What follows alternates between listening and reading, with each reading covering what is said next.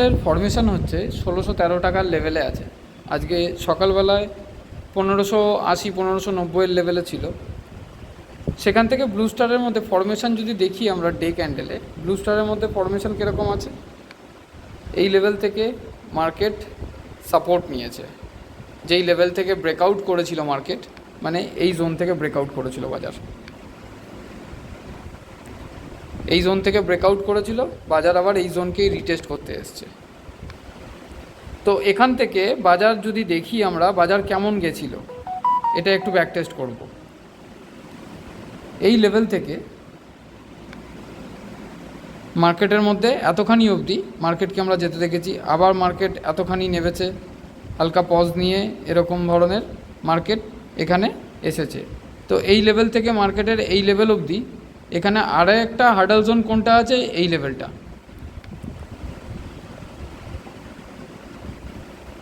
এই লেভেলটা 1765 টাকার লেভেল। 1609 টাকা 1610 টাকার লেভেলে ব্লু স্টার এখন চলছে। ব্লু স্টারের ব্যবসা হচ্ছে, দেখুন মেন হচ্ছে গরমকালে। এসি ফেসি আমরা কখন কিনি, গরমকালেই বেশি সেলস বাড়ে এদের। যদি ব্লু স্টারের এখানে এন্ট্রি করা হয় তাহলে আমাদের স্টপ লসটা কোথায় থাকবে, 1547 লেভেলের স্টপ লস। এবং ব্লু স্টার যদি এই লেভেলটাকে ব্রেকআউট দিতে পারে, 1648 লেভেলকে যদি ব্রেকআউট দিতে পারে, তাহলে ব্লু স্টারের মধ্যে 1765 পর্যন্ত একটা ব্রেকআউট আমরা পাবো। এবং 1765 থেকে ব্লু স্টারের মধ্যে 1900 টাকার অবধি লেভেল, মানে এই লেভেলটা অবধি আমাদের ব্লু স্টার দেখাবে।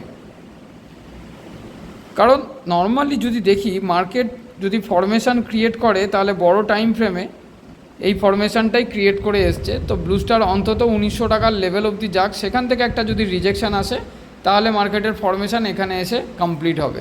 আদারওয়াইজ মার্কেট এখানে একটা যাওয়ার প্রবাবিলিটি কিন্তু বেশি থাকবে। আজকের ক্যান্ডেলের ক্লোজিংটা হচ্ছে ভাইটাল।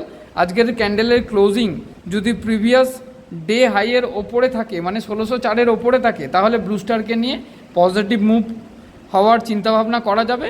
এবং ব্লু স্টারের প্রথম টার্গেট পাওয়া যাবে হচ্ছে 1680 টাকা, তার পরের টার্গেট হচ্ছে 1766, এবং তার পরের টার্গেট হচ্ছে 1900 টাকার লেভেল পর্যন্ত। অবশ্যই স্টপ লসটা থাকবে ব্লু স্টারের মধ্যে, এই লেভেলটা আমাদের স্টপ লস থাকবে 1535 টাকার লেভেলে আমাদের স্টপ লস থাকবে।